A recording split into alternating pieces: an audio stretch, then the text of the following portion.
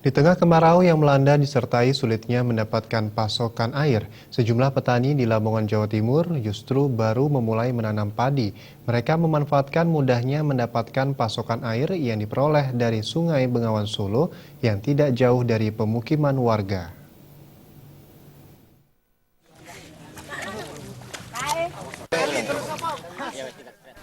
Meski sebagian besar desa di Lamongan mengalami krisis air di tengah kemarau panjang seperti sekarang ini, namun sejumlah warga di Lamongan justru baru memulai menanam padi. Seperti yang dilakukan petani warga Desa Maduran, Kecamatan Maduran, Lamongan, yang baru memulai menanam padi setelah lahan persawahan mereka ditanami tanaman palawija. Awal musim tanam padi yang baru mereka mulai ini cukup beralasan. Mudahnya mendapatkan pasokan irigasi dari Sungai Bengawan Solo yang tidak jauh dari pemukiman warga ini dimanfaatkan dengan baik oleh warga agar pasokan air tidak terhambat.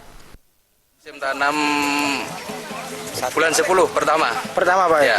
Kenapa kok baru kali ini Pak tanam? Ya, sebelumnya itu apa?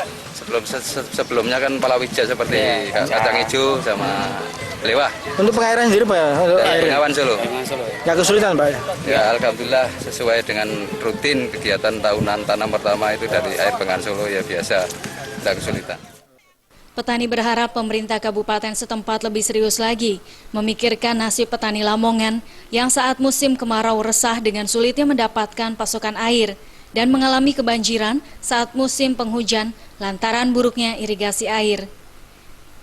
Dari Lamongan, Jawa Timur, Muhammad Bas